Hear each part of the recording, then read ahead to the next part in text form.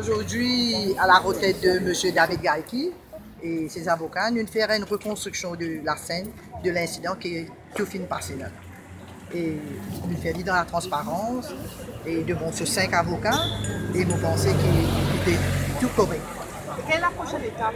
La prochaine étape, c'est que là, on a écouté la police Compliance Division, pour ma même élément, nous pour écrire un rapport, nous pour trouver un rapport pour que Zoban conduise la police dans la case là, parce que nous en charge contre la complainte contre la police, et de là, nous pour prendre nos rapports, nous pour avoir, comme on peut dire, nous envoyer ça ou bien directeur DPP, Police et Prosecution, ou bien nous envoyer ça au DFSI qu'on appelle Discipline Forces Service Commission, ou bien troisième, nous envoyer ça à Attorney General. Normalement, ça prend combien de temps?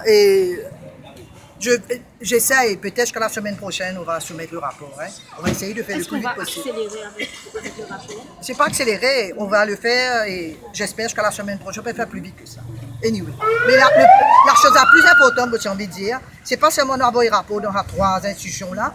Nous, au PCD, la Police Compliance Division, nous pouvons faire recommandations parce que nous parlons, ça m'a un incident arrivé encore. Ça, la partie la plus importante, et mobiliser, dire que la police tout le temps coopérer quand nous fait recommandations.